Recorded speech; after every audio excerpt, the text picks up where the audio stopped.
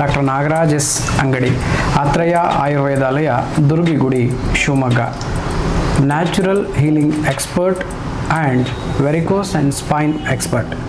ಆತ್ಮೀಯ ಆರೋಗ್ಯ ಆಕಾಂಕ್ಷಿಗಳೇ, ಇವತ್ತು ನಾವು ವಿಶೇಷವಾಗಿರ್ತಕ್ಕಂತಹ ಒಂದು ಚಿಕಿತ್ಸೆಯನ್ನು ನಿಮ್ಮ ಕಣ್ಣೆದುರಿಗೆಡೆ ತೋರಿಸ್ತಾ ಇದ್ದೇವೆ. ಇದಕ್ಕೆ ನಾವು ಭಾಳಷ್ಟು ಕಟಿ ಪ್ರದೇಶದಲ್ಲಿ ಮಾಡುವಂಥದ್ದನ್ನು ಕಟಿಬಸ್ತಿ ಅಂತೀವಿ, ಗ್ರೀವ ಪ್ರದೇಶದಲ್ಲಿ ಮಾಡುವಂಥದ್ದನ್ನು ಗ್ರೀಹೋಬಸ್ತಿ ಅಂತ ಕರಿತೇವೆ.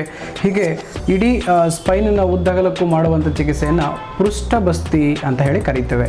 ಈ ಪೃಷ್ಠಬಸ್ತಿಯನ್ನು ನಾವು ಯಾವ್ಯಾವ ಕಂಡೀಷನಲ್ಲಿ ಮಾಡೋಕ್ಕಿಂತ ಮುಂಚೆ ನಾನು ಹೇಳಬೇಕು ಅಂತಂದರೆ, ಇದು ಒಂದು ಆಯುರ್ವೇದದ ಸ್ನೇಹ ಚಿಕಿತ್ಸೆಯ ಒಂದು ಭಾಗ, ಅಂದರೆ ಬಾಹ್ಯ ಭಾಗದಲ್ಲಿ ಮಾಡುವಂತಹ ಸ್ನೇಹ ಚಿಕಿತ್ಸೆ.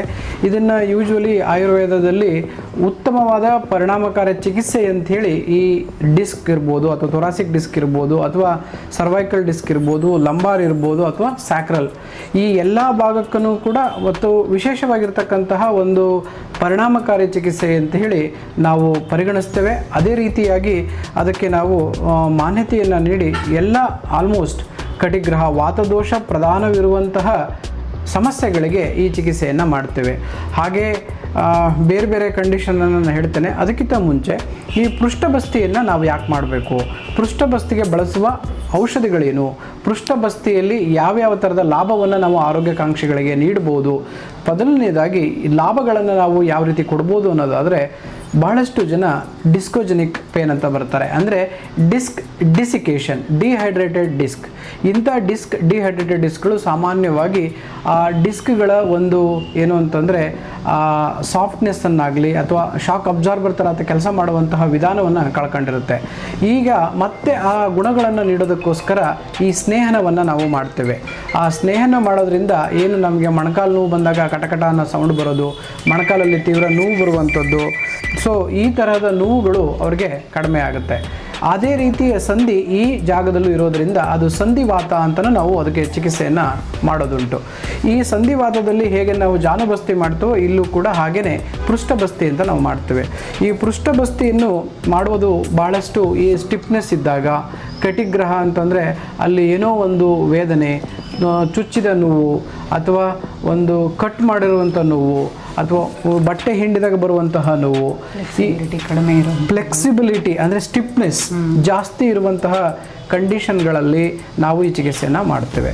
ಅದೇ ರೀತಿ ಸರ್ವೈಕಲ್ ಸ್ಪಾಂಡಲೈಸಿಸ್, ಲಂಬರ್ ಸ್ಪಾಂಡಲೈಸಿಸ್, ಹಾಗೆ ಡಾರ್ಸಲ್ ಸ್ಪಾಂಡಲೈಸಿಸ್, ಈ ಥರದ ಕಂಡೀಷನ್ ಎಲ್ಲಿ ಧಾತುಗಳ ಶಕ್ತಿ ಕಡಿಮೆ ಆಗಿರುತ್ತೋ ಆ ಶೆಲ್ಸ್ನ ಚೈತನ್ಯತೆಯನ್ನು ವೃದ್ಧಿಸಲು ಮತ್ತು ಅದು ಶಾಕ್ ಅಬ್ಸರ್ವರ್ ಅಂತ ನಾನು ಹೇಳಿದೆ, ಆ ಕೆಲಸವನ್ನು ಮಾಡಲು ಉತ್ತೇಜನವನ್ನು ನೀಡುವಂತಹ ಒಂದು ಪರಿಣಾಮಕಾರಿ ಚಿಕಿತ್ಸೆ. ಇದರಿಂದ ಮೋರ್ ಆ ಭಾಗದಲ್ಲಿ ತುಂಬ ಉತ್ತಮ ಬ್ರಹ್ಮಣ ಅಂತ ಹೇಳಿ ಕರೀತೇವೆ, ಅಂದರೆ ನರ್ಚರಿಂಗ್ ಸೆಲ್ಸ್ ಆಗುತ್ತೆ ಅದು ಆಸ್ಮೋಸಿಸ್ ಮೆಥಡಲ್ಲಿ. ಹಾಗಾಗಿ ಅದು ಉತ್ತಮವಾದ ಬದಲಾವಣೆ. ನಾವು ಇದನ್ನು ಯಾವ ರೀತಿ ವಿಶ್ಲೇಷಿಸಬಹುದು ಆಧುನಿಕ ವಿಜ್ಞಾನದಲ್ಲಿ ಅಂತಂದರೆ, ಈ ಪ್ರದೇಶದಲ್ಲಿ ಹೆಚ್ಚಿನ ಭಾಗ ಸರ್ಕ್ಯುಲೇಷನ್ ಆಗುತ್ತೆ, ಲೋಕಲ್ ಸರ್ಕ್ಯುಲೇಷನ್ ತುಂಬ ಚೆನ್ನಾಗಾಗುತ್ತೆ, ಬ್ಲಡ್ ಸರ್ಕ್ಯುಲೇಷನ್ ತುಂಬ ಚೆನ್ನಾಗಾಗುತ್ತೆ. ಆ ಭಾಗದಲ್ಲಿ ಏನು ಒಂದು ಲುಬ್ರಿಕೇಷನ್ ಅಂತ ಕರಿತೀವಿ, ಆ ಲುಬ್ರಿಕೇಷನ್ ಹೆಚ್ಚಾಗುತ್ತೆ. ಮಸಲ್ ಸೆಲ್ಸ್ ತುಂಬ ಚೆನ್ನಾಗಿ ಆ್ಯಕ್ಟಿನ್ ಮಯೋಸಿನ್ ಅಂತ ಏನು ಕರಿತೀವಿ, ಕಾಂಟ್ರಾಕ್ಷನ್ ಆಗಿರ್ಬೋದು, ರಿಲ್ಯಾಕ್ಸೇಷನ್ ಆಗಿರ್ಬೋದು, ಡೈಲಟೇಷನ್ ಆಗಿರ್ಬೋದು, ವ್ಯಾಸೋಡೈಲೇಷನ್ ಆಗಿರ್ಬೋದು, ತುಂಬ ಅತ್ಯುತ್ತಮವಾಗಿ ಕಂಡುಬರ್ತದೆ. ಇಂತಹ ಒಂದು ವಿಶೇಷ ಆ ರೋಗಿಗಳಲ್ಲಿ ಉತ್ತಮವಾದ ಬದಲಾವಣೆಯನ್ನು ನಾವು ಸುಮಾರು 7 ದಿನ ಮಾಡ್ತೇವೆ, 10 ದಿನ ಮಾಡ್ತೇವೆ, ಕೆಲವೊಬ್ಬರಿಗೆ 15 ದಿನ ಮಾಡ್ತೇವೆ, ಡಿಪೆಂಡ್ ಅಪಾನ್ ದ ಕಂಡೀಷನ್. ಇಂತಹ ಕಂಡೀಷನ್ಗಳನ್ನು ನೋಡಿಕೊಂಡು ನಾವು ಅವರಿಗೆ ಚಿಕಿತ್ಸೆಯನ್ನು ಮಾಡ್ತೇವೆ. ಸೊ ಈ ಚಿಕಿತ್ಸೆಯನ್ನು ಎಷ್ಟು ವಯಸ್ಸಿನವ್ರು ಮಾಡ್ಬೋದು ಅಂತಂದರೆ, ಸಾಮಾನ್ಯವಾಗಿ ಇದು ಹುಟ್ಟಿದಾಗಿಂದ, ಅಂದರೆ ಅವರಿಗೆ ಯಾವ ಸಮಸ್ಯೆ ಇದೆ ನೋಡ್ಕೊಂಡು ಅವಾಗಿಂದನೂ ಈ ಹೊರಗಡೆ ಮಾಡೋ ಚಿಕಿತ್ಸೆ ಆಗಿರೋದ್ರಿಂದ ವೃದ್ಧಾಪ್ಯದವರೆಗೂ ಕೂಡ ನಾವು ಮಾಡ್ಬೋದಾಗಿದೆ. ಬಹಳಷ್ಟು ಜನ ಇವತ್ತಿನ ದಿನಶೈಲಿ, ಆಹಾರ ಶೈಲಿ ಉತ್ತಮವಾಗಿ ಇಲ್ಲದೆ ಇರೋದ್ರಿಂದ, ಭಾಳ ಒತ್ತಡಕ್ಕೊಳಗಾಗಿರೋದ್ರಿಂದ, ಸ್ಟ್ರೇನಲ್ಲಿ ಇರೋದ್ರಿಂದ, ರಾತ್ರಿ ನಿದ್ದೆ ಡಿಸ್ಟರ್ಬೆನ್ಸ್ ಇರೋದ್ರಿಂದ ಬಹಳಷ್ಟು ಜನರಿಗೆ ಫ್ರೀ ರ್ಯಾಡಿಕಲ್ ಉತ್ಪತ್ತಿಯಾಗಿ ಸೆಲ್ಸ್ಗಳ ಒಂದು ಅವನತಿ, ಅಂದರೆ ಕ್ಷಯ ಅಂತ ಕರಿತೀವಿ, ಧಾತು ಕ್ಷಯ ಅಂತ, ಅಂತಹ ತೊಂದರೆಯಿಂದ ಈ ನೋವುಗಳು ಜಾಸ್ತಿ ಬರುತ್ತೆ. ಮಲಬದ್ಧತೆಯಿಂದ ನೋವು ಜಾಸ್ತಿ ಬರುತ್ತೆ. ಒತ್ತಡದಿಂದ, ಯಾವುದಾದ್ರೂ ಡಿಹೈಡ್ರೇಷನ್ ಇದ್ದಾಗ, ಹೆಚ್ಚು ಕಡಿಮೆ ವ್ಯಾಯಾಮ ಇಲ್ಲದಿರತಕ್ಕಂಥ ಜೀವನ ಮತ್ತು ವ್ಯಾಯಾಮ ಇಲ್ಲದೇ ಇರತಕ್ಕಂಥ ಸ್ಥಿತಿಯಲ್ಲಿದ್ದಾಗ, ಸಣ್ಣ ತೂಕವನ್ನು ಎತ್ತಿದಾಗ, ಒಂದು ಬಕೆಟ್ ಎತ್ತಿದಾಗ, ಎಣ್ಣೆ ಕ್ಯಾನ್ ಎತ್ತಿದಾಗ, ಒಂದು ಇಟ್ಟಿಗೆಯನ್ನು ಎತ್ತಿದಾಗ, ಒಂದು 10 ರಿಂದ 20 kg ಇರುವ ಇಟ್ಟಿಗೆಯನ್ನು ಎತ್ತಿದಾಗ, ಮುಂದೆ ಬಗ್ಗಿದಾಗ ದೂರವಾದ ನೋವು ಬರುತ್ತೆ.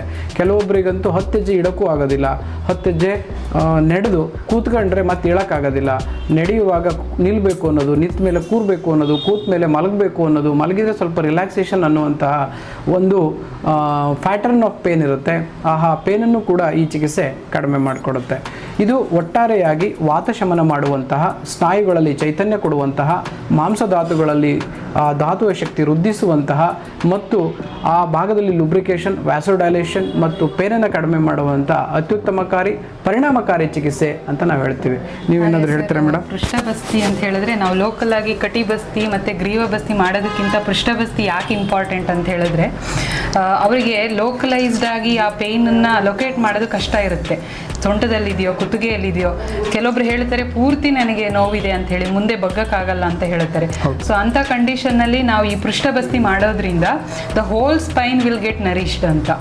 ಸೊ ಹಾಗಾಗಿ ಈ ಪೃಷ್ಠಬಸ್ತಿ ಈಸ್ ಸುಪೀರಿಯರ್ ದ್ಯಾನ್ ದ ಕಟಿಬಸ್ತಿ ಆ್ಯಂಡ್ ಗ್ರೀವಬಸ್ತಿ ಅಂತ ಹೇಳಬಹುದು. ಡೆಫಿನೆಟ್ಲಿ ಆಯುರ್ವೇದದಲ್ಲಿ ಇಡ, ಪಿಂಗಲ ಮತ್ತು ಸುಷುಮ್ನ ನಾಡಿ ಅಂತ ಕರಿತೀವಿ. ಇಡ, ಪಿಂಗಲ, ಸುಷುಮ್ನ ನಾಡಿಗೆ ಇದು ವಾತ ಸಂಬಂಧಿತ ಸ್ಥಾನ ಆಗಿರೋದ್ರಿಂದ ಈ ವಾತ ಸಂಬಂಧಿ ಸ್ಥಾನಗಳಲ್ಲಿ ತೈಲವೇ ಪ್ರಧಾನವಾಗಿರ್ತಕ್ಕಂಥ ಚಿಕಿತ್ಸೆ ಅಂತ ಹೇಳ್ತೀವಿ. ಆ ತೈಲಕ್ಕೆ ವಾತವನ್ನು ಶಮನ ಮಾಡುವಂತಹ ನ್ಯಾಚುರಲ್ ದೇವರು ಕೊಟ್ಟಿರ್ತಕ್ಕಂಥ ಒಂದು ಔಷಧ.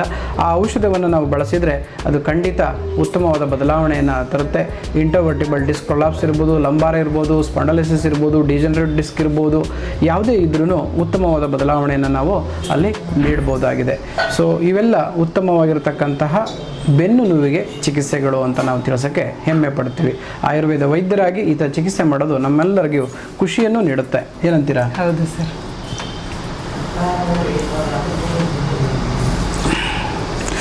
ಇದನ್ನು ನಾವು ಯಾವ್ಯಾವ ಕಂಡೀಷನಲ್ಲಿ ಮಾಡಬಾರ್ದು ಅನ್ನೋದನ್ನು ನಾವು ಕೂಡ ಹೇಳಬೇಕಾಗುತ್ತೆ.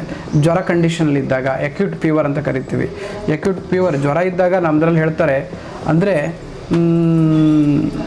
ವರ್ಜಾಹ ಯಾವುದು ಅಭ್ಯಂಗವನ್ನು ವರ್ಜ ಮಾಡಬೇಕು. ನವ ಅನ್ನಪಾನ ಅಂದರೆ ನೀವು ರೈಸನ್ನು ಹೊಸದಾಗಿ ಬೆಳೆದಿರ್ತಕ್ಕಂಥ ರೈಸನ್ನು ತಿನ್ನಬಾರ್ದು. ಅಭ್ಯಂಗ, ಸ್ನಾನ ಮತ್ತು ವ್ಯಾಯಾಮಾದಿಗಳು, ಕಷಾಯ ರಸಗಳು ಇವುಗಳನ್ನು ಅವಾಯ್ಡ್ ಮಾಡ್ಬೇಕಂತ. ಎಲ್ಲ ಸ್ನೇಹನ ಚಿಕಿತ್ಸೆ ಆಗಿರೋದ್ರಿಂದ ಜ್ವರದಲ್ಲಿ ಆಲ್ರೆಡಿ ಆಮ ಇರೋದ್ರಿಂದ ಅದು ಇನ್ನೂ ಜಾಸ್ತಿ ಆಗುತ್ತೆ. ಸೊ ಹಾಗಾಗಿ ಬಾಹ್ಯ ಸ್ನೇಹ, ಅಭ್ಯಂತರ ಸ್ನೇಹ ಎರಡನ್ನೂ ಕೂಡ ಅವಾಯ್ಡ್ ಮಾಡಿದ್ರೆ ಒಳ್ಳೆಯದು. ಆಮೇಲೆ ಅಕ್ಯೂಟ್ ಸ್ಕಿನ್ ಡಿಸೀಸ್ ಇದ್ದರೆ, ಚರ್ಮ ವ್ಯಾಧಿಗಳಿದ್ದರೆ, ಅಲರ್ಜಿಕ್ ಡರ್ಮಟೈಟಿಸ್ ಅಂತ ಹೇಳ್ತೀವಿ, ಆದಿದ್ದಾಗ ಅಥವಾ ಕ್ರೋನಿಕ್ ಯಾವುದಾದ್ರೂ ಚರ್ಮ ವ್ಯಾಧಿಗಳಿದ್ದರೆ, ವುಂಡ್ಸ್ ಇದ್ದರೆ, ಜೊತೆಗೆ ಟ್ರಾಮಾ ಇದ್ದರೆ, ಸಿವಿಯರ್ ಬರ್ನ್ ಇದ್ದರೆ ಈ ಚಿಕಿತ್ಸೆಯನ್ನು ಆಕ್ಟಿವ್ ವುಂಡ್ಗಳೆಲ್ಲ ಇದ್ದರೆ ಅದು ಇನ್ನೂ ಜಾಸ್ತಿ ಆಗುವಂಥ ಸಾಧ್ಯತೆಗಳು ಇರುತ್ತೆ. ಓಕೆ ಅದಷ್ಟೆಲ್ಲ ಮಾಡಿದರೆ ಒಳ್ಳೆಯದಾಗುತ್ತೆ. ಸೊ ಇದಕ್ಕೆ ಮಹಾಮಾಷ ತೈಲ, ಕ್ಷೀರಬಲ ತೈಲ, ಧನ್ವಂತರಿ ತೈಲ, ಮಹಾನಾರಾಯಣ ತೈಲ, ವಿಷಗರ್ಭ ತೈಲವನ್ನು ಸ್ನಾಯುಗಳಲ್ಲಿ ಆಮ ಇದ್ದರೆ ಬಳಸಬೇಕು. ಬರೀ ಪ್ಲೇನ್ ವಾತ ಇದ್ದರೆ ಮಹಾನಾರಾಯಣ, ಕ್ಷೀರಬಲ, ಧನ್ವಂತರಿ ಹೀಗೆ ಬಹಳಷ್ಟು ತೈಲಗಳನ್ನು ನಾವು ಬಳಸ್ಬೋದು. ಕೇತಕಿ ಮೂಲಾದಿ ತೈಲವನ್ನು ಡಿಜನರೇಟಿವ್ ಡಿಸ್ಕ್ ಡಿಸೀಸಲ್ಲಿ ಭಾಳ ವಿಶೇಷವಾಗಿ ಬಳಸ್ತೇವೆ. ಈ ಥರ ಬಹಳಷ್ಟು ಔಷಧಿಗಳನ್ನು ನಾವು ಇಲ್ಲಿ ಬಳಸ್ಬೋದಾಗಿದೆ. ಧನ್ಯವಾದಗಳು. ಮತ್ತೊಂದು ವಿಡಿಯೋದೊಂದಿಗೆ ಸಿಗ್ತೀವಿ.